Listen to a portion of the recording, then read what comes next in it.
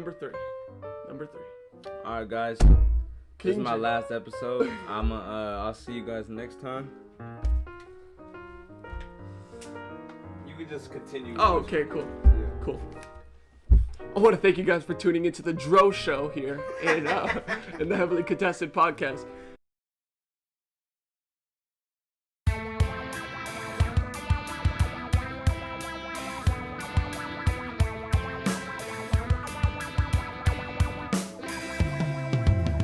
Hello, ladies and gentlemen, and welcome to the Heavily Contested Podcast, the podcast where Devin Booker makes me look really, really dumb.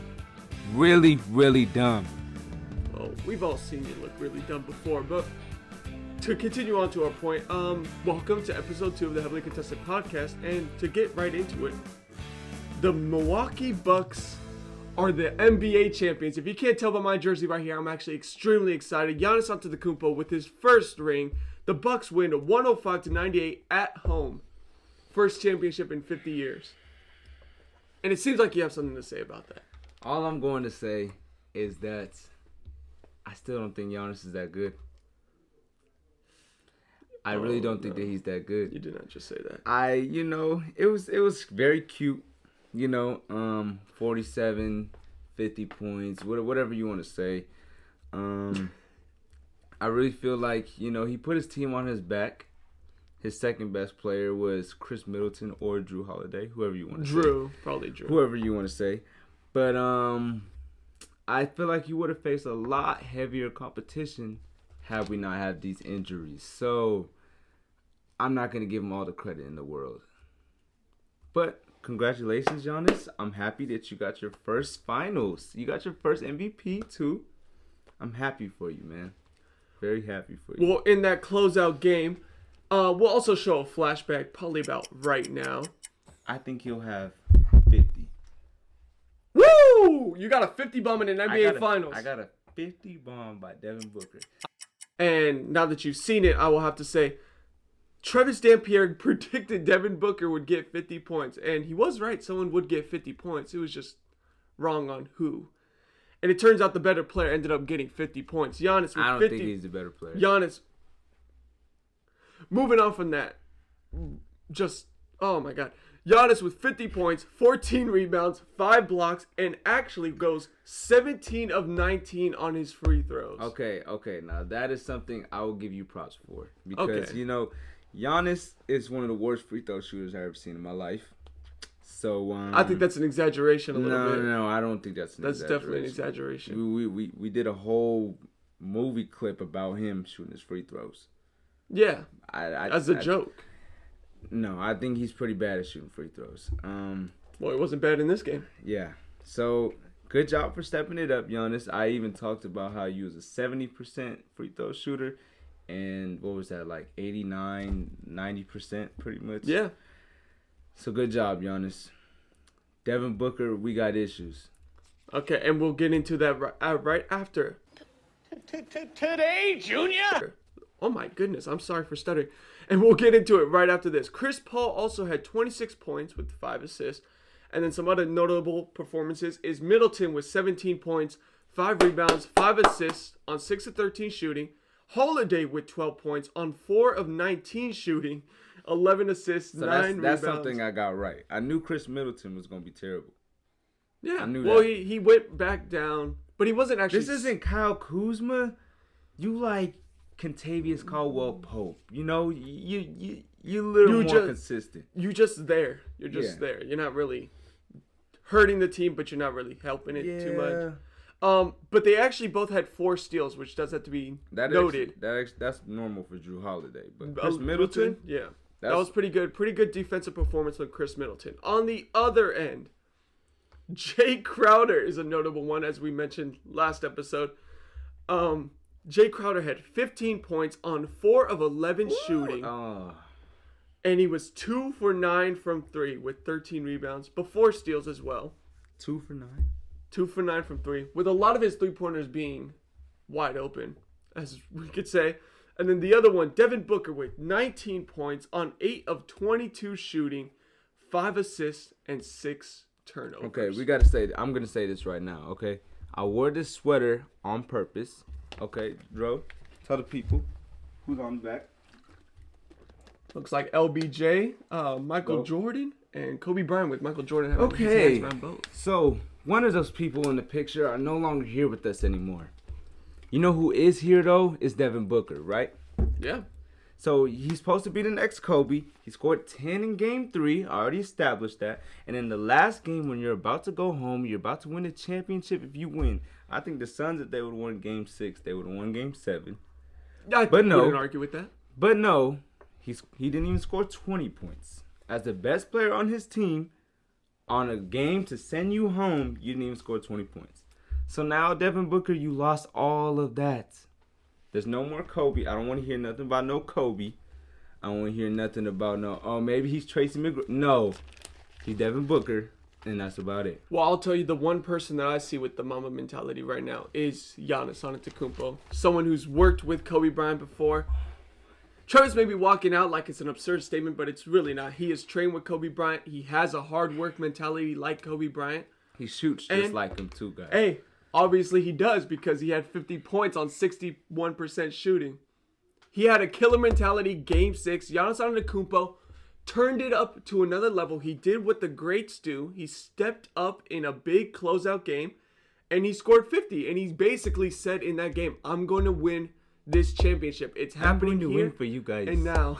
It is going to happen here and now. And Giannis Antetokounmpo proved why I think he's one of the top 5 players in the league. Clearly, hands down now. There should be no debate on that. But now to end off with the series averages, Giannis Antetokounmpo with averaging 35.2 points per game, 13.2 rebounds per game, 5 assists per game, 1.8 blocks per game, 1.2 steals per game on a 61.8 field goal percentage. And Giannis is now the only player in NBA history next to Michael Jordan and Hakeem Olajuwon to win an MVP, a Defensive Player of the Year, and a Finals MVP. Also the first player in NBA history to make people want to go to Chick-fil-A just to go get some nuggets. I appreciate it, Giannis. But He's a man of the culture. I will give Giannis some credit because those are some amazing stats. Those are actually some amazing stats. Not as good as, somebody else would do in the finals if they were healthy. I'm just saying their name starts with L, ends with Lebron. And I honestly just feel like, Giannis is a great player. He's going to do great things later on in the league. But I think this is his last finals. At least winning. This is his last finals winning. And I'm going to say that right now. You think that this is his last finals winning. Okay, that's an absurd statement, actually. I don't think it is absurd. No. I say Giannis probably gets at least 2 more rings. Giannis Antetokounmpo has a Finals MVP. He's a 2-time MVP. He has a ring. He has a Defensive Player of the Year. Of course, he has an All-Star MVP, but we don't really want to. I don't know if that really counts. But either way, and he's doing this all at the age of 26. That is good. 26. So do you think Giannis will end up being an all-time great? Yes, I think he'll end up. So here's what I've seen a lot. People are trying to say he's already like a top 5 power forward of all time. Top 5, but I mean, there's not that many. But like, would you put him over like Tim Duncan No, or not at all. Dirk Nowitzki? You wouldn't put him over, right? Not right now. No. You wouldn't put him over Charles Barkley? No. I don't No, don't. Okay. If you don't know Chuck, because I know everyone knows Chuck from the NBA on TNT show he says a lot of dumb stuff. He make me look really smart. Okay, well, Chuck on the NBA on the TNT show, may look like donut eating Chuck. He's a little fat and all that, but Chuck back in his day was a dog on the Suns. He was like a 6'6" power forward though. Yeah, but he never won a championship. So I mean, but in the end, we've seen a lot of greats not win championships. I mean, John Stockton, he got pushed down in the point guard list because he couldn't beat MJ. Yeah, but I mean, still top 5 though. You'd probably. I don't know, but Giannis, he's getting up there. But he is getting up there. I think it's Dirk. Dirk is your number 1? Nah, I'm just saying Dirk and Tim Duncan. They're gonna be really hard to pass. Oh, definitely. Really Tim Duncan, especially with Tim Duncan having, I believe, 4 rings. Maybe 5. Maybe actually. 5. I think it might be 5.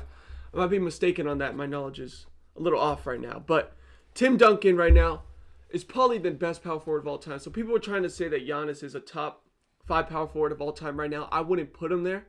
I think if he retired right now, he'd be a Hall of Famer. Yeah, but he would not. But he would not be an all-time great right now. Okay. But Giannis at the age of 26 has already had a Hall of Fame career. So if he wins 2 more rings, is he? I would put him at the greatest power forward of all time, over Tim Duncan, because first of all, as a LeBron fan, you would know this argument. Rings shouldn't matter as much in a best of all time debate or greatest of all time debate. Very factual. Which I agree with. A ring can come with Bill Russell isn't the best player. Exactly. And rings can come without context, you know? Sometimes you don't know which team you're rolling with.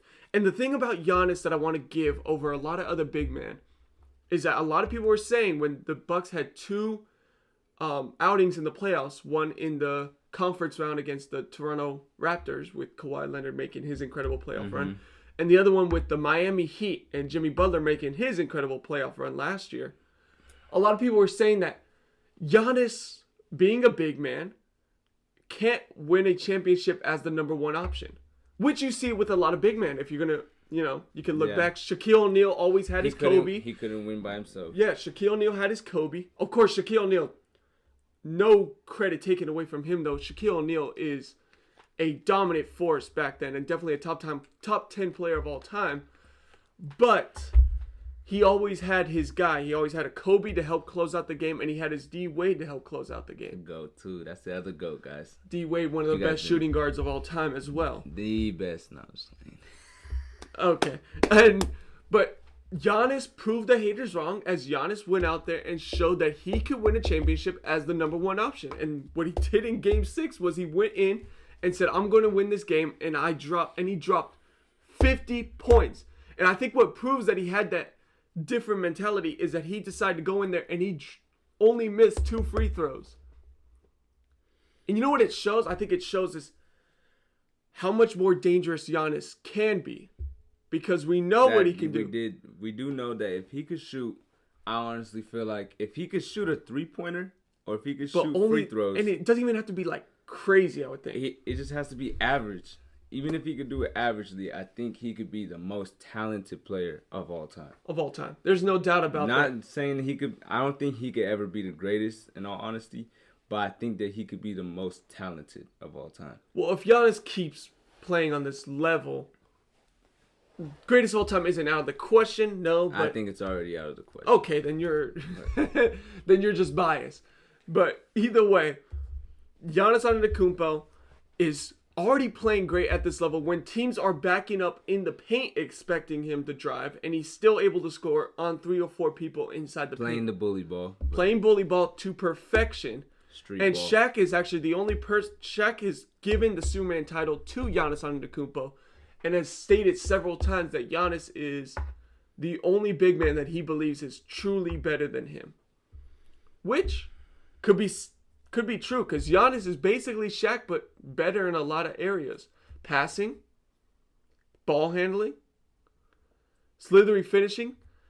Shaq, of course, was a little more bully, but Giannis has a little more touch to his... That was a 2K badge. Slithery finisher. Slithery finisher. And Giannis is also a better shooter than Shaq. Not saying that's much, to be honest, but Giannis has a little more shooting potential than Shaq. He does. He's not there defensive. He's also smaller than Shaq, too, though. By how many inches, though? I think like 1 or 2, but weight. He's a lot smaller than Shaq. Are you sure about that? Shaq is like 300 pounds. Okay, well then, either way though, we're not judging weight as the GOAT conversation just because Michael Jordan. I'm just saying he's stronger. He's a lot stronger than Giannis is. If Michael Jordan weighed more than LeBron, would you still say he's the GOAT? No. No, exactly. So weight has no meaning into. But if you big, Well, I think you saw the comparison photo that they had during the finals, which is showing how big Giannis has gone from his rookie year. So.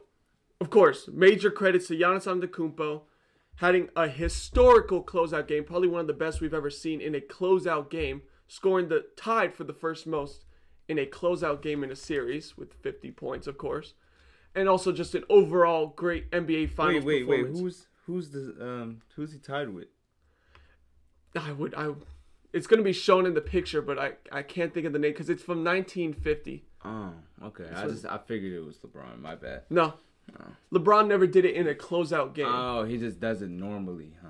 No, actually, he's only had one 50-point game, tied with Giannis Antetokounmpo for most 50-point games in an NBA Finals. We'll bring that up another time. So he's we'll tied with your GOAT right now in that aspect right now. That's actually really cute. And Giannis, we've gone over it. Giannis Antetokounmpo, a great performance, all-time great performance, as we have also many iconic plays throughout it. The great block in Game 4 and the alley-oop slam in Game 5 to put that one away as well. So, we already talked about that. So now, let's look at the NBA season in its entirety. And now that it's over, right now, who are your top 5 players in the league? Okay, you can list them out quickly. How do you want me to do this? From bottom to top or top to bottom? Bottom to top. Just list them out quickly, and then I will give my opinion on them after. Number 5. This was the hardest one for me. My 4 and 5 were a little difficult. I feel like these two are interchangeable, but my 4 and 5, I got James Harden and Luka Doncic. Ooh. Why I put James Harden is because when on the Rockets, we seen he was fat. He looked like he wasn't even moving anymore. He just sat on his couch all day. But as soon as he got to the Nets, he took off his little fat thing.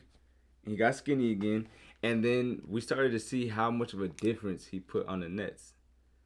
I mean, I'll give him credit, but you don't think putting him in the top 5 is putting him over a lot of players that stop looking at my paper. You're gonna find I want to see who you put. I'm just saying.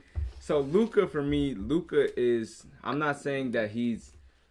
This is what I mean by Luka being in my top 5. What I mean is at his greatest. Luka doesn't even have a second star on his team. No, I give Luka credit. I think Luka will be at some point in his career the greatest player in the league. Yeah, because Kristaps don't do nothing. I don't even know who else they got on their team, but his Tim Hardaway Jr. did pretty well. Who? Hardaway Jr. Anyways, he's not even as good as his dad, so we'll leave that alone. Luka he gets his team wins. He scores 40. He'll score 50 maybe, and he does triple doubles all the time. I just feel like he does everything for his team, and sometimes don't get the credit for it. No, now my number 3, we gotta put him in here, even though I hate him with every single gut inside of my body. Stephen Curry had a great season last year. MVP. I thought that he was going to be MVP if he didn't get, did he get injured at all? No, he just slowed down after a while. Well, no, it's not even that he slowed down. It's just that MVP, they also take into fact the record. The wins, yeah. Record. He didn't, produce wins and for his team. team. And to Jokic's credit, I thought Curry should have won the MVP. I thought about that the whole time.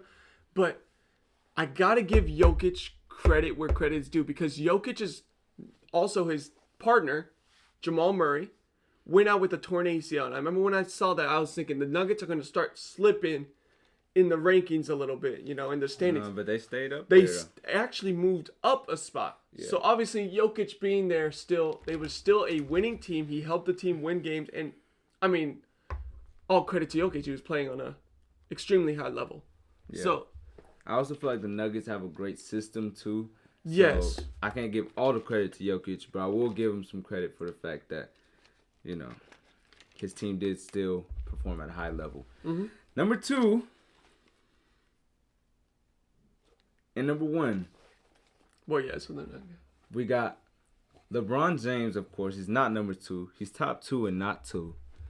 But number 2, we got Kevin Durant. Oh, my God. You put LeBron 1. We got Kevin Durant. Kevin Durant did great in the playoffs. He almost took his team to the finals. He did lose, but he was all by himself because he didn't have the number 5. Now, for my honorable mention, I got Giannis Antetokounmpo. You might have made the list, Giannis, but You're just a hater. It's not that I'm a hater. I just feel like you're just a hater. You're just a hater. All right, and then you have LeBron 1, and we know, as a big LeBron fan, we know. And the thing is, James. And credit to LeBron James, he's been the greatest player in the league for a long time, especially for 17 years. Especially that stretch where he's appeared in, I think it was 8 or 9 straight finals. I think it was 10. It was definitely not 10. It was 8 or 9 straight finals. But then he showed up to the finals a year after missing it too and winning one. So credit to LeBron. He's been one of the best in the league. But the thing about LeBron is his play went down, and of course he was injured. But we also can't just 36. But we also can't just give him. Okay. We can't just. I don't think we could just give him the number 1 spot anymore like we used to. We're gonna see, guys. We'll see next year. So I don't like Harden up there. I do agree he's a top 10 player, and he's probably 7 on my list. 7? Okay. But I don't think he's higher than these other players. I put Luka 6. So I agree with 6. Okay. So those two I'd just move back 2 slots, and I'd slot in 2 people. Sorry, I got that. So I'd slot in 2 people. And the 2 people I'd slot in are Kawhi Leonard at 5 and Giannis at 4. So Kawhi Leonard, Kawhi Leonard even got personality, guys. He doesn't even laugh right. I can't put him in my top 5, bro. Okay. So I'm sorry. I'm sorry, Kawhi. Nah. He wasn't even like in the playoffs. He wasn't even there. Whoa, what? He wasn't even there. Kawhi Leonard dropped 40 in Game 6 against the Dallas Mavericks when the Clippers were Wasn't faces. that the first round? Why does it matter? What did LeBron do in the first round? No offense, and it's no offense, but what did he do in the first round? Get on LeBron, bro. What did he do in the first round? What did he do in the first? Kawhi Leonard had a better first round performance than LeBron James. You seen the shot he shot over Steph Curry? That was his first round. That was his first round. No, we're not counting. You know the game winner. We're not counting one game as a first round. When he played the Suns, what did he do in the first round more than Kawhi? And you know what? The way I'm talking, you should be lucky that I'm not even putting him over LeBron. Kawhi Leonard at 5. No. Did I say I did though? Okay, but we also have to factor in that the Clippers' success, they have 2 players that can score 40 every night. Anthony Davis ain't been doing. He been injured his whole career, so I don't know when Anthony Davis gonna get healthy. Okay, but to my point again, Paul George. Huh? You didn't see Paul George and what he was doing for his team? Stepped up, yes. He stepped up big time. Yeah. But Kawhi Leonard, what he was doing defensively and then as well offensively, he was taking over games. And we saw it early in the Utah Jazz series because they won those first 2. They won not the first 2, but they won the next 2 games because of him when they took it back to home court advantage. And Kawhi Leonard stepped it up in the playoffs. And honestly, the Clippers could have made a big... I think they obviously would have been to the finals had Kawhi Leonard not been injured, of course. Because... as good as you want to say the Clippers... You said who? What? They would have been to the finals. Just keep going. But as good as the Clippers played without him, not having Kawhi Leonard there hurt him extremely. And I think Kawhi Leonard has to be recognized as a top 5 player, which he's pretty much been ever since he had that Raptors run. Except for last year, I would say, because he really did have a weak playoff performance that year. But this year, he definitely stepped it up again this year. Number 4. Giannis Antetokounmpo. There should be... Okay.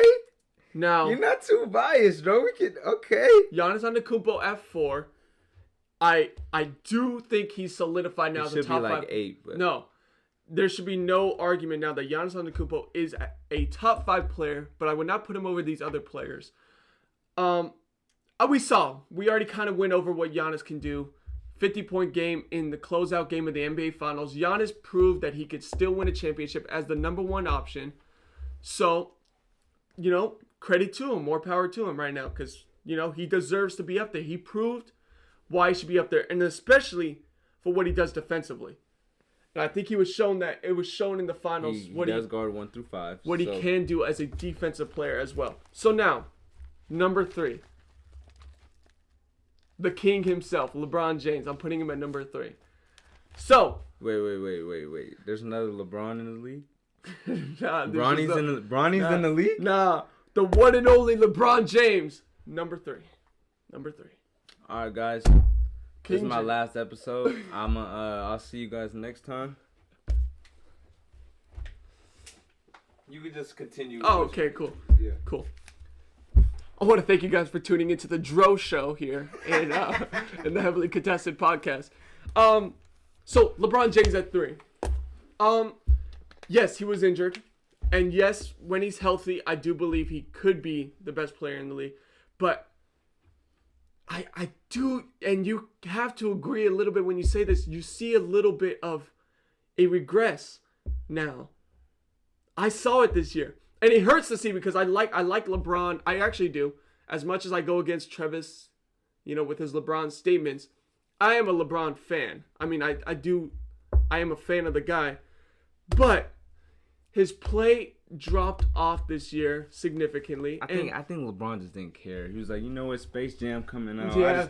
I want to focus on Space Jam. Yeah, I don't think he was caring too much about the Lakers and more about the Toon Squad this year. Yeah. But I just saw a bit of a regression from LeBron, and it's not enough to take him out of the top five. Comment. We have to come in and say Space Jam was not what it was supposed to be, but we'll leave that alone. Yeah, but we're not going to talk about it. It should have been a lot better. But we're not going to talk about it. But it is meant for kids, too, though. It is. So I don't know what we have to say about that, really. But either way, I just saw a bit of a regression for LeBron in his normal play that I can't put him over these next two players. And at number 2, I got the Slim Reaper, Kevin Durant. Okay. At number 2. Kevin Durant, we saw what he could do. He was number injured. 2? Huh? He's your number 2? Yeah, just wait. You don't have to comment right now. But Kevin Durant, we saw what he could do in the playoffs. And he was injured for many parts of the season, but he came in when he was healthy in the playoffs. We saw what Kevin Durant did, dropping 40 points in a game. Kevin Durant, 2 40-point games actually in Game 5 and Game 7, and actually at a point where he was just unstoppable. And I think this series proved why he's the greatest scorer of all time. And probably when it's all said and done, Kevin Durant's gonna. I see him peeking at my list right now. And when it's all said and done, Kevin Durant will be probably a top 5 player in NBA history. And I just have to give Kevin Durant a lot of credit for what he did in that playoff series. He did everything he could to help that team win, but I just can't put him over Steph Curry at number 1. Steph Curry was the greatest player in the NBA this year. There shouldn't be too much question, I believe, in this one. Didn't you just say that his team didn't win games? Yeah, but was it his fault though? You saw what he was doing. And here's for reference though. Curry had about as good, actually even to if not better offensive output than Kevin Durant, despite his open, besides the fact that he was open only 18% of the time. Kevin Durant was open 80% of the time. And the reason for that was Kevin Durant has James Harden and Kyrie Irving, arguably 2 of the best players in their position. Right? Am I wrong there? You're right. I'm right there. Oh my God. Steph Curry had only 18%. He was only 18% open on his plays. He was only open 18% of the time. Drew, I just have a question. Go ahead. So Russell Westbrook, right? Yeah. You remember when he was getting all the triple doubles? He still gets triple doubles. So are we just looking at the stats and we like, okay, well, he plays a lot and he scores a lot, he assists a lot, so he's the best player? Is that what we? Oh no. Because don't you have to win games? Yeah. To be. So then, if we're talking about winning games in the list, LeBron James should definitely go down a little bit, right? Because the Lakers were the 7th team and tied with the Warriors, mind you. The Warriors with a significant. We weren't tied because we won. Doesn't matter, but even then, the Warriors with a significantly worse roster, their second scoring option. Who would you say the second scoring option is? Exactly. Okay, so the Warriors with their no second scoring option, Draymond Green. Wiggins. Yeah, exactly. Wiggins and Andrew. Exactly. So Curry with no second scoring option still had a better season than Kevin Durant, LeBron James, Kawhi Leonard, Giannis Antetokounmpo, whoever. He still had a better season than all of those players. So I have to put Stephen Curry first, especially because he played on pretty much the same exact level, if not better, than his unanimous MVP season, 2016. Blasphemy. No. That was blasphemy, guys. No. But I think just putting Doncic and Harden in there kind of ruined your top 5 We just list. gotta say, guys, let's just let this be very clear. Dro is a Warriors fan, and he's a Giannis fan after, okay? So that's why, he may or may not have a little bit of bias here. But I respect your list because Giannis isn't number 1. So And I respect that list. So you're Yeah, not completely biased. He's not there yet. You have a little bit of bias, but we'll leave it alone. No, he's not there yet. So, one last question to ask about NBA before we switch it up a little bit. Who would have won without injuries? We already know who would have won. Dude, you wanted to say who would have won? Yeah. The LA Clippers. The LA Clippers would have won without injuries. 100%. In my opinion. Guys. I'm sorry, did I step on your moment? Nah, I got a question for you guys. What is a Clipper? I just let you guys, let me know. What is a Clipper? Are we talking about hair clippers? I mean, what are we talking about here? It's not a big. I don't know what a Laker is either, but you know what a lake is, right? So I'm assuming it's something to do with the lake. No, I don't know.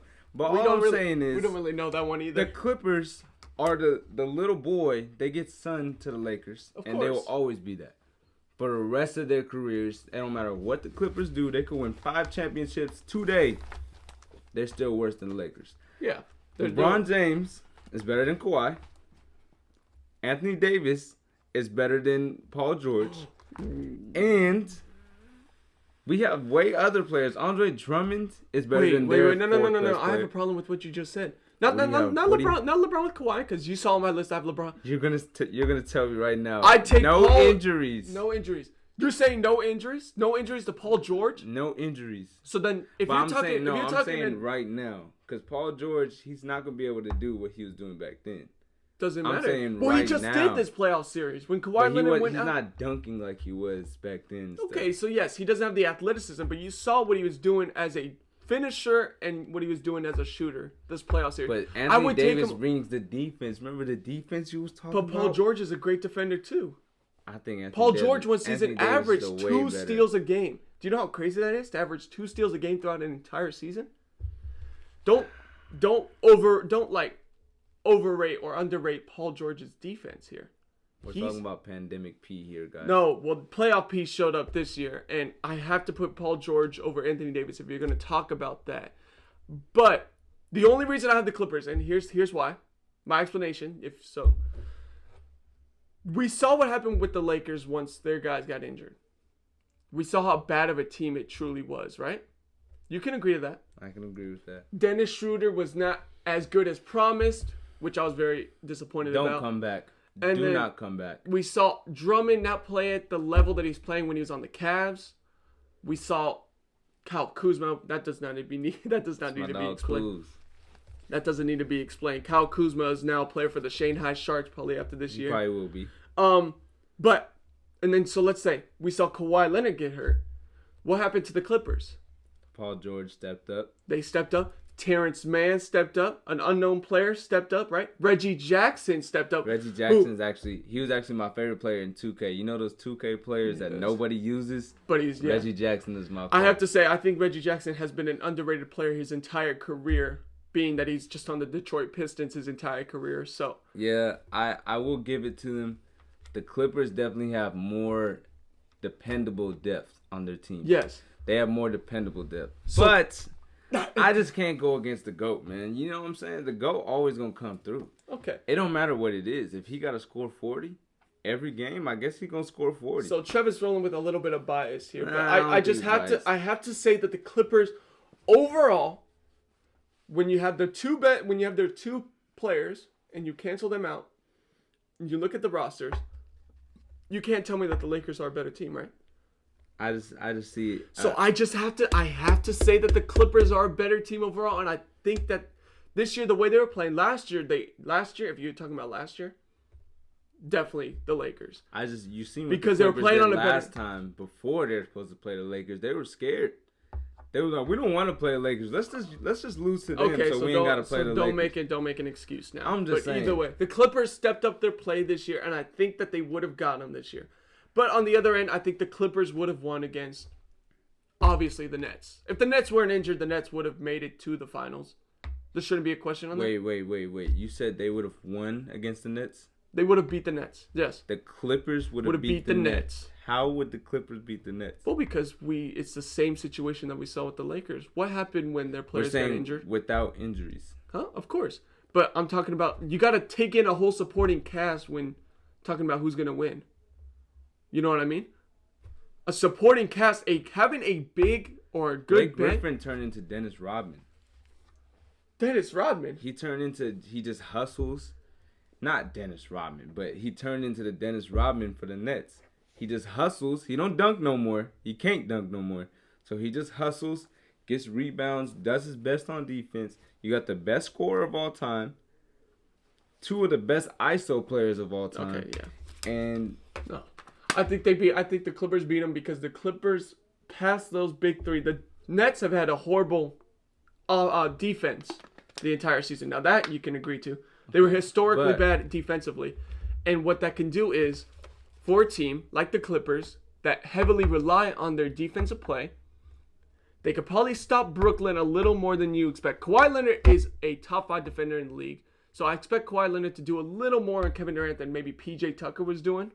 A lot more than P.J. Tucker was doing. And the thing is that the Nets are not as good defensively, so I expect the Clippers' offensive game to step up. So I just think the Clippers would have been a better matchup against the Nets. So that's what I'm saying. Obviously, you're going Lakers versus Nets, I'm assuming? Yeah. Okay, and you have the Lakers winning. Obviously, it's always going to happen. Do we feel like is enough said here? Enough is said. Okay, so let's switch it up. We're going to be switching now to the NFL season, which is only 41 days away. Pretty exciting. I'm so excited. And I can't wait to see somebody get hit. I think I have to switch it up a little bit, actually. Okay, there we go. Let me get mine. Bro, are you serious right now? Like you're serious? I'm TV ready. All right, Y'all seen that right now? All right, switching it up to the NFL season. What's up, Travis? It's good to see you back here in the NFL recap. NFL season is 41 days away, and it's exciting. 41 days away from... It was a crazy free agency. It was a crazy free agency. And it's 41 days away from the Cowboys going into Tampa to play in Week 1, Thursday Night Football. We're not going to get into that game yet. We'll cross that bridge when we get there. But I have to ask you, big free agency, who are your winners and your losers of free agency? You can, all right. I mean, whichever one you want to start with. I'm going to start with my loser.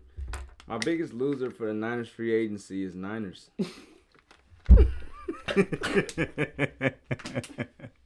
I'm just being honest. I'm being honest here. So the Niners, they definitely had a terrible season last year. We all know that. Oh my goodness, I can't. We had a big issue going on. They team ACL, torn ACL every single year. They lead the league in torn ACLs, but we'll leave that alone.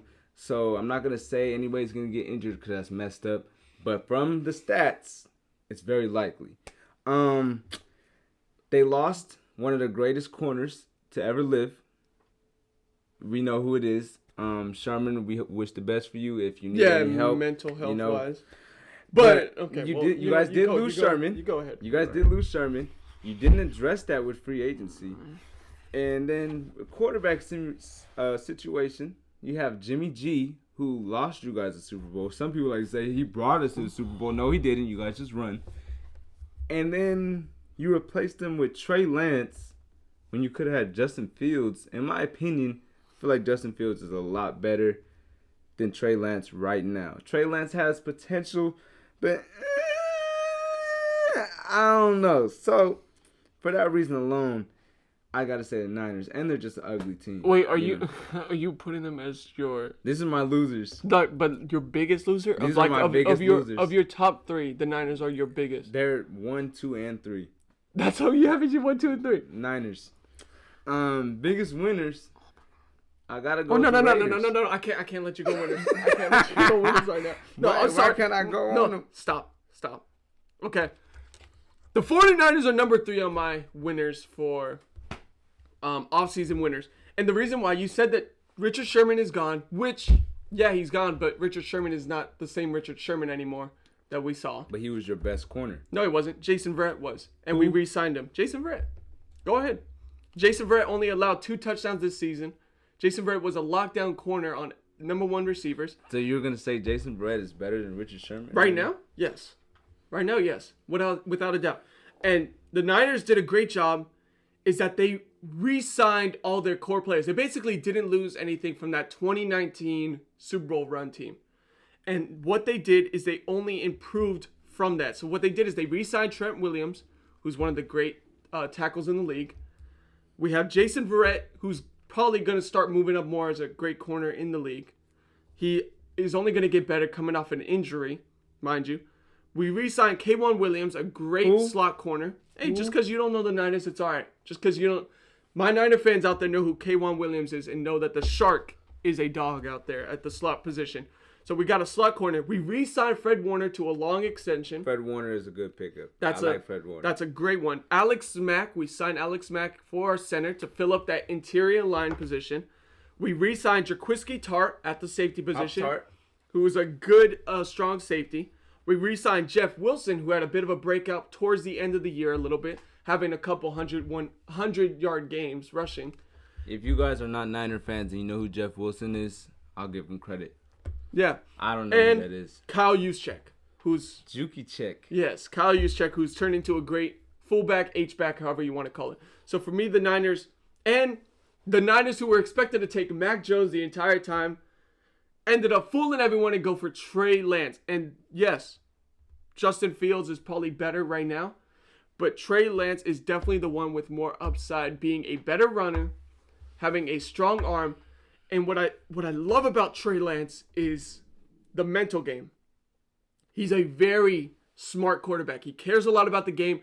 He's a study of the game. And I think a guy like that in a Shanahan system is going to go great. So the fact that you put him as your losers is a little absurd because I think the 49ers had one of the better off seasons this year. They did nothing. The 49ers had one of the better off seasons this year because what they did is they basically said, we're going to reload. They knew that last year only happened because of injuries. Which, can you agree with that a little bit? I can agree. Okay. Because the Niners went to the Super Bowl because again, the Niners healthy are a great team, and what they did is they fixed the issue. Jimmy Garoppolo is still a solid quarterback, but he's never going to be. But he didn't even get traded. Why didn't we trade him? No, because right now we're going to have Lance develop behind Garoppolo a little bit. So we're still going to have the issue with this team. No. The biggest issue with this team. He's not still on the team. No, the biggest issue has always been injuries for Jimmy G. I mean, yeah, for Jimmy G and the whole Niner team actually. Jimmy Garoppolo's just faced a lot of injuries, which has made his play regress a little bit. But, I mean, I digress. Either way, Trey Lance is a great pickup. I expect him to come in mid-season about. And I think this team is only improved, and they made sure that they stick with the guys, the core players that are going to make this team a contender again. Now, because Travis, I heard who your winner was for, what was it, number 3? Was that number 3? Was that your entire offseason winner? I got two winners. Go ahead. Yeah. Okay. You know, go ahead. Yeah, go ahead. My first winner, obviously the Raiders. We got to say the Raiders. A lot of people just, they're going to think that, oh, you guys lost your O-line. That was the only thing good about you guys. Well, our O-line was injured the whole year last year. So, might as well just get him going. Trent Brown had to go. I hope you have a terrible rest of your career. And I hope you retire next year, okay? Rodney Hudson, I'm so sorry that you had to go too. But we young now. So now Derek Carr got some new protectors. And we're going to see how that goes. But we also picked up Kenyon Drake. So Josh Jacobs could last for a while. We also got John Brown. And Henry Ruggs and Brian Edwards are 2 receivers that should blow up next year. So I got my faith in the Raiders. We also got the best safety in the draft. So we're going to see how that goes. Moore. Now, my other team is the Patriots. I think we could agree on that one, right? For winners. No, actually. We can't. All right, we'll leave that alone. The Patriots, for me, they obviously could have addressed more. But I think Cam Newton's going to do great. Mm-hmm. Why do I think Cam Newton's going to do great? Because before he had COVID, that's when he was going crazy and he was winning games and stuff. But after he got COVID, that's when you saw that huge drop-off. That's something we can definitely agree on. So they got Jonnu Smith, Nelson Aguilar, a bunch of other players too. But I just know they invested a lot of money and they said, here, Cam, we got you some weapons. And as soon as you get old, we got your name backwards. We got Mac Jones. And then Mac Jones is probably going to be the next Jimmy G. But we're going to see how that goes as well. But Patriots did well, adding a lot of key skill players and other people that can make plays on the field. Okay, so the only thing I'm going to comment on the Patriots is it was a lot of moves, but it felt like the glass it felt empty. Those moves felt a little empty in a sense. You know, you signed receiver, like they signed receivers, so now they have weapons. The best pickups that they had were at the tight end position. They got Giannis Smith and Hunter Henry, but wide receiver wise, they got Kendrick Bourne, which I am a fan of Kendrick Bourne, being a Niner fan, but terrible. And Nelson Aguilar. He did great with the Raiders. Did great, but Nelson, he was the number one receiver. But I'm not ready to call Nelson Aguilar a true number one. No, because his Eagles days were terrible. Because so it's like I can't give the Patriots. They made a lot of moves, yes, but just because they made a lot of moves, shouldn't grant them that best offseason. It just felt. I still feel like they're missing a lot, despite doing so much this offseason. Either way. To add to my final two winners, I'll go with the New York Giants, who I think are going to be a NFC East division winner. We'll get into that later in another episode. But the New York Giants, who are going to be a playoff contender for sure. These are your winners? This is a winner. Big time. Listen. So the New York Giants, having a top 10 defense last year, they re-signed their key players. Leonard Williams is one of their key defensive linemen. So they re-signed him. And then to add on to that, they signed Adoree Jackson. I like Adoree Jackson. At the cornerback position to pair up with James Bradbury, who's a top 5 corner in the league now after last year's play. Definitely. James Bradbury. Corner for the New York Giants. You could check him out. Check his highlights. Top 5. Yeah. I think that's a little bold. Top 5. But either way, so now they have a good cornerback duo right now. They have a great defensive line, which we saw last year. And I think what they did offensively now to help out Daniel Jones. There's no excuse for Daniel Jones. First of all, the biggest winner isn't the New York Giants. It's actually Daniel Jones for the New York Giants because we saw what happened. Daniel Jones. They got Kenny Golladay, John Ross, and then they signed. They drafted a receiver from Florida in the 20th pick for the 20th pick overall. That's Kadarius Toney. Kadarius, yeah. So there's no just. Let me finish real quick. But there's no excuses for Daniel Jones right now. And what they're doing offensively is they're putting all their chips in and they're basically saying this is the year that we got to see Daniel Jones make a move. And I think Daniel Jones is not as horrible as people say, but I think he's good enough to where he could be a game manager with those type of receivers and then Saquon Barkley coming back. I think the Giants definitely had a great offseason this year.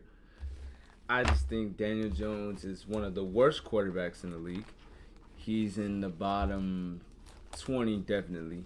I maybe bottom 25, but I won't push you that far. But that's really far Daniel down. Jones, we seen him almost score a touchdown. You seen the play, right? Where he has wide open and he just falls. That just showed me right there that you can't win nobody games. Okay. Because that alone was pretty bad. So I just feel like Daniel Jones, you have weapons. So if you prove something this year, I'll take back everything I said. I think he will with these weapons. Yeah, but in the past, you've had some weapons. Evan Ingram, is he still on the team? See, that's the thing. They still keep the weapons that they had last time. They had Sterling Shepard still. They have Evan Ingram. Darius Slayton still on the team. Saquon Barkley is back, and Saquon's back. So, again, they don't need Daniel Jones to come out and be the number one. Yeah, that's all. It's got to be. It's just going to be. do something this year. If you don't do nothing this year. And that's why I think it was a good offseason because they're going to improve the passing game. And the running game is going to improve with Saquon Barkley back there. You know? So then. Wait, is Daniel Jones, is his backup like Tyrod Taylor or something? Something. Or is that a different team? It might be a different team. I feel like he has a backup. As long as they got a backup for him, just that can like a Ryan Fitzpatrick type, like what he did last year. Yeah, with the Dolphins. Yeah. But either way, my number one team with like the greatest offseason this year was the Tampa Bay Buccaneers. The reason why it was the Tampa Bay Buccaneers? Because they re-signed every person that won the Super Bowl last year. That's actually one of the craziest things I ever seen. They re-signed Shaq Barrett. Tom Brady got extended. Re-signed Rob Gronkowski, Leonard Fournette, Ndamukong Suh, Levante David, Chris Godwin, Antonio Brown. and then they draft another edge player with their 32nd pick. That was actually amazing because I've never seen that happen before. No.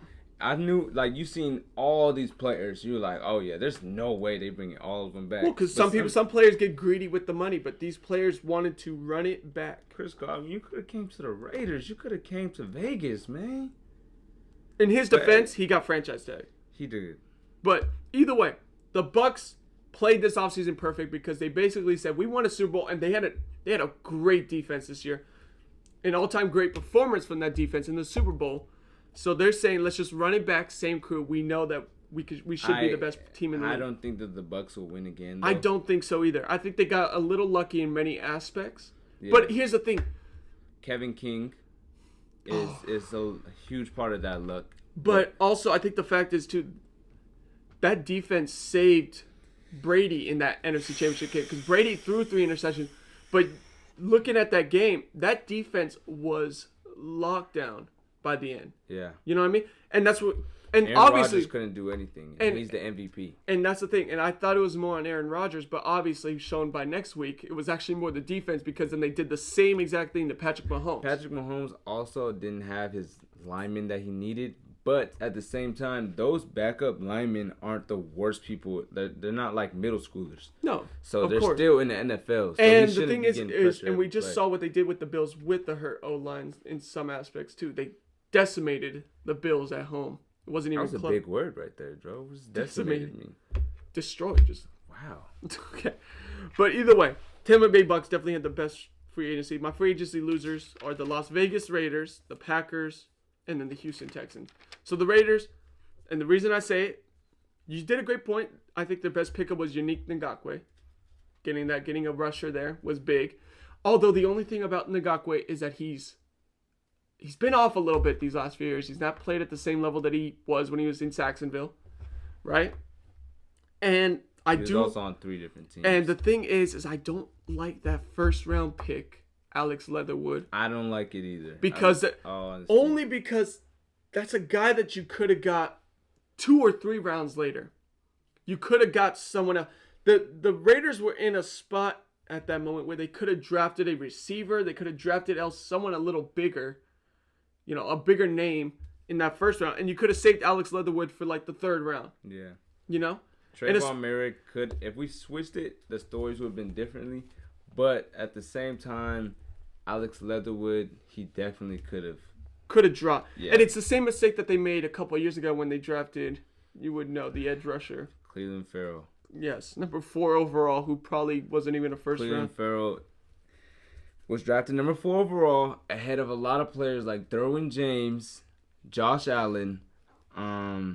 There's a lot of great players that came after. Yes, and the thing is, it feels like Mike Mayock on the Raiders right now is out-psyching himself a little bit. And I don't like the moves that the Raiders did with the O-line because like you said, they were injured, but that should not be a reason to move on from them. Because we saw early on in the season what they were when they were healthy. They were the best O-line in football, almost, weren't they? I mean, we all had that. I know you've seen that iconic picture of Derek Carr with literally probably the most there's perfect, nobody touching him at all. The most perfect pocket a quarterback could ever get, and I just don't like the idea of moving away from your veteran O lineman to bring in young players who are not even, who had the possibility of being bust. That is true. We did keep 2 of our players. So there's the left guard and left tackle. That's Richie Incognito's coming back this year, and he's coming off injury, and he's 38 years old. This is probably his last year. And who knows how he plays too. You know what I mean? We'll see about it.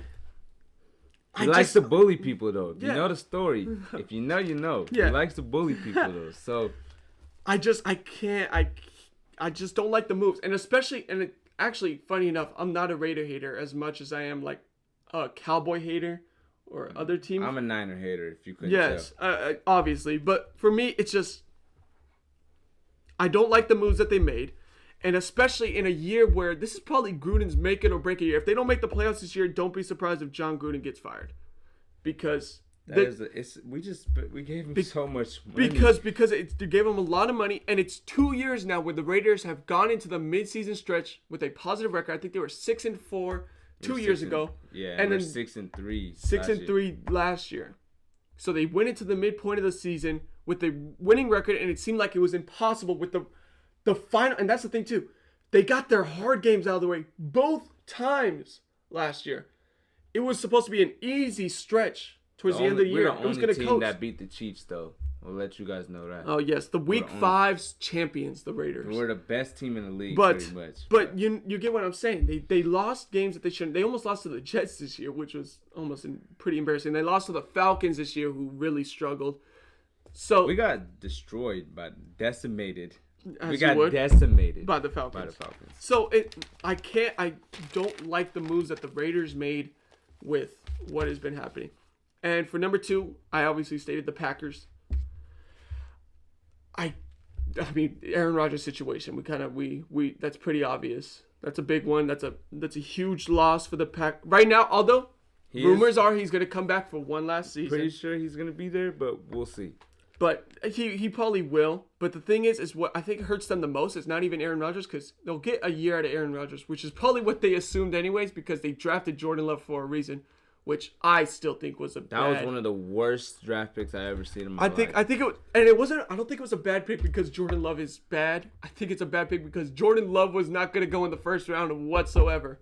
And on top of that, you could have Davante Adams wasn't Davante Adams. You know what I mean? Like, he was playing good, but he wasn't one of the best receivers in the league at that time. I don't think he was. At the time? Or are you saying before the draft? Before the draft. But because this year he definitely was. Yeah, this year he definitely is in the top 5, I think, in my opinion. Yes, definitely. But back then, I don't even think he was top 10 maybe. He might have been around there, but he's been plagued by injuries. But yes, because when your second option is Alan Lazard or MVS, Marquez Valdez, whatever your name is, that's a ghetto name. Who has a lot. I'm just saying, that was a ghetto name, bro. But, who had a lot of drops throughout the season. You could have got a receiver at that moment, and you kind of fumbled the bag with that one. Because Jordan Love was a pick that you could have got in the second round. So you still would have got your quarterback of the future. And you could have got someone that could have helped, because if they had another receiver, I guarantee you the Packers probably win that game, right? Yep. Or if they drafted a quarterback even. Kevin King is one of the worst playoff corners I've ever seen. Which, okay, they did draft a corner this year, so they filled that gap, because Kevin King's not going to start over him. Kevin King, no way. He lost him the game. Without Kevin King, I think the Packers would have been because Jair Alexander, top 2 corner in the league. Right. I'll say top 3. Okay, but either way, he played great in that NFC Championship game. Jair Alexander was 2 interceptions that game, but it's just they just knew that Kevin King was the target. And they continued. You made Scotty Miller think he was one of the best receivers in the league. Which I have to say, for Tampa Bay's part, going back on the NFC Championship game, as a quarterback, that's what you look for. I think people realize that football is a game of strategy and matchups. You have to realize. Because if you're a quarterback, like Tom Brady is an all-time great, what you do most of the time, it's about matchups. If you find a DB that is just, is vulnerable, as a coach, if I was a coach or as a player, I would just abuse that player until he never wants to play football ever again. As a keynote, guys, he never threw the ball to me at practice. Okay, here we go. We're going to ignore that comment, but either way, you just target a player until they just, they want to quit football. You know what I mean? So that's what the Patriots, that's what the Bucks did against the Packers. But either way, the Packers, the problem is that they're probably going to have to move on from Aaron Rodgers after this season. And now Davante Adams, because of the Aaron Rodgers situation, Davante Adams is so close to Aaron Rodgers. Now he's coming to the Raiders. Well, he's failed to extend contract talks with the Packers, which can be very scary, especially with Davante Adams. Let's just make a quick comment. So if Davante Adams comes to the Raiders, you can guarantee we're going to the playoffs, right? Yes. Okay, thank you. Yes. I appreciate it. And then, of course, my number 1, the Houston Texans. This is winners? No, this is losers. This is losers. The Houston Texans. Oh, they got the we won't comment. Allegedly, Deshaun Watson is doing a lot of bad things in this world. We don't know if this is true. Apparently he's going to go to Houston Texans camp. But yes. And apparently he's stated several times that but he doesn't want to go. or that he doesn't want to play for the Texans. So that's a big loss already. So either way, no matter how that Deshaun Watson situation goes, either way, he's not going to be a Houston Texan anymore. Yeah. Which is a huge loss for the Texans, especially with Deshaun Watson playing like a top 5 quarterback this year. Obviously, clearly. And the Texans, what their loss is too in free agency is, first of all, they didn't make too many great moves. Mark Ingram? Yeah. I think he's on the Texans. Mark Ingram's kind of fell off, though, a little bit. He's definitely not what he was on the Saints. No. Even on the Saints, he wasn't that good. No. And the thing is the Texans are still hurting from the first-round draft picks that they gave up for Larry Tunsil, who's not really turned out to be... What team is he on? He's on the Texans now, but he was up from the Dolphins. Wow. But he just never... Obviously, he doesn't seem like he's proven his worth for that first-round pick right now. And what they lost J.J. Watt. The haul that they gave up. They lost J.J. Watt this year. Lost DeAndre Hopkins. They lost well, that was last year, but that's still hurting them this year because they should have had a first-round pick from that, and they still didn't get anything for it.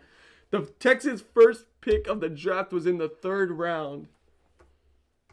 Their future is not looking good. So the Texans, we heard Andre Johnson talk about it. The Texans are just one of those franchises that if you're a fan of the Texans, just don't watch football. Don't watch the NFL because you're not going to have a fun time. No. And it's been a rough offseason for the Texans. It's been a rough century. Because their future does not look bright at all. So that's pretty much it. Do you have any other comments on that? Honestly, I just feel like you guys are going to see this next upcoming season. You're going to see the Raiders. You know, we're going to represent the team. We're going to represent Nevada. We're going to represent L.A. We're going to represent everybody. We're going to bring it back. And guess what? We're going to win a Super Bowl, baby. I actually have to do my walk around every time I talk about the Raiders. So, Raider Nation, baby. But yeah, that's what's going to happen, guys. Are you done spreading that false information? No, it wasn't false, but... We don't want to get tagged for false information here. No. You're leading people on a... No. Okay. Either way.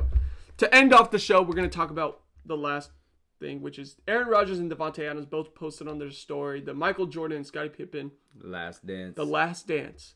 So obviously, and now with Aaron Rodgers showing up to the Packers facility, and the rumors are being that Aaron Rodgers gets a 1-year contract that will have him be done with the Packers after this year. So he has the ability to choose wherever he wants to go. What do you think about the Packers' last dance with Davante Adams and Aaron Rodgers? This is the crazy thing, because we did speak on this already, but the Packers would have been in the Super Bowl had they not had Kevin King. So, in my opinion, I do think that Aaron Rodgers doing all these drama and stuff, it definitely messed with the team a lot, though. The chemistry isn't going to be there as much as there used to be. So the only way I'm going to disagree with your point is because of the fact that I think the team was behind Rodgers. Mm-hmm. You know what I mean? The team knows how Rodgers has been done dirty by the Packers organization. You know, a bit like, not, the Packers have drafted, the Packers have, gone in free agency acting like they don't have Aaron Rodgers and they don't have an all-time great. Because you saw what the Bucs did. The second they got Tom Brady, what did they do? They surrounded him with weapons and O-line, and they said, we're going to get a top 10 They even let him get his best friend, too. Yes, they let Gronk come in. Oh, they're like, hey, you want Gronk? Cool, we'll pick him up, too. You want Leonard Fournette? We got him, too. And they already had Chris Godwin and Mike Evans, which is a great wide receiver duo. And then we saw what they did on the defensive end. They got everybody. The Bucs built the team around Tom Brady, which it seems like the Packers haven't been doing because we've seen many instances. And they only had Tom Brady for like 3 months before the end of the offseason. Yes. So Packers have had Aaron Rodgers for what, 13, 12, a lot of years. A lot of years. And he hasn't had anything really done for him. Like Davante Adams was the only thing I could really think of. Aaron Jones was brought onto the team. But Aaron Jones was he even that high in the draft, or he just kind of like a sleeper? He's a bloomer. He's a bit of a bloomer. But Aaron Jones also really played poorly in that he didn't do anything in that championship game. But either way, I think the players are behind it because we've seen what Rodgers has done with significantly worse teams. Because we saw in 2016 he took a team to the NFC Championship game, right? Mm-hmm. We saw in 2017 he gets hurt. Pretty much the same exact team that made it to the NFC Championship game last year. And what happens? I think they only had, it was like 3 or 4 wins, or they were. they were a terrible team. They were a terrible team. Yeah. So, how this last dance is gonna go? So when's the last time the Packers went to the Super Bowl? 2010 when Rodgers won it against the Pittsburgh Steelers. 2010. Rodgers was finals. Was Super Bowl MVP that year. So they lost to the Niners. That's the most. They lost to the one Niners before 2 years in a row. So the Packers' losses all are. So they won in 2010. That was the team. That was like one of the great playoff runs I've seen from a quarterback with Rodgers. Had Greg Jennings. He had Jordy Nelson. Jordy Nelson when he was young. James Jones, a young James Jones. He was cool. San Jose. Donald Driver. So it was a cool offense with then Charles Woodson on the other end with Clay Matthews in his prime. Goat. Clay Matthews in his prime. So they won the Super Bowl. They go back the next year, have only 2 losses in the season. I think it was only 1. And they lose to the Giants in the second round when Eli Manning makes a second incredible playoff run. They lose in the divisional round when they shouldn't have. And I think the mistake there is that they let Rodgers take too much time off because he came out a little off rhythm. And that was the same thing that happened to Lamar Jackson back in 2018 when they gave him the week off and then still had the bye week. So he has 2 weeks off instead of 1. And he came in rusty. So they made that mistake. Then they go in 2012. They go against the Harbaugh Niners, which is just a bone-bruising team. And they punished Aaron Rodgers. I just knew you were going to put so much emphasis on that. The Harbaugh team is an extremely underrated team. But then they go in the next year hosting the Niners Harbaugh team. And the Niners go in and beat Green Bay. Then in 2014-2015 season, I believe was Cam Newton's MVP season. So that means that the Packers went into Arizona where Aaron Rodgers had that incredible Hail Mary that sent them into overtime, if you remember, to Jeff Janis, which is one of the greatest throws I've ever seen. Aaron Rodgers was being considered one of the best Hail Mary throwers ever. Well, he is. He still is.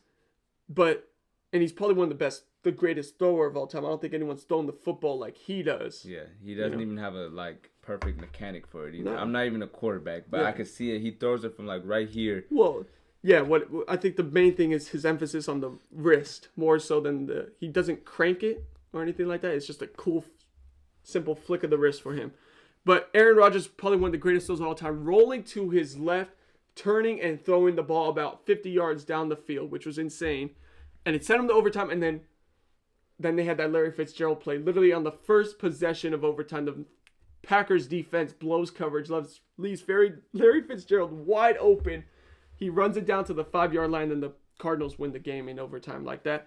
Then in 2016, Aaron Rodgers takes this team all the way to the NFC Championship game, beating the Cowboys in the second round. I don't know if you remember that game where he had another incredible throw, rolling to his left again, throwing it on a line 35 yards down the field next to the sideline where Jared Cook made that incredible catch. I do remember that. They beat the number 1 seed Cowboys, which that team had no business doing, especially with the way that defense was looking, with their number 1 quarter being Ladarius Gunter.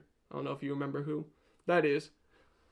It's cool if you don't. But Ladarius Gunter was their number 1 corner. So they lose that game, and then they lose to the Falcons, who then proceed to choke that Super Bowl. But 2018, he gets injured. He breaks his collarbone. Yeah. Right? So then that happens. Then he comes back the next year.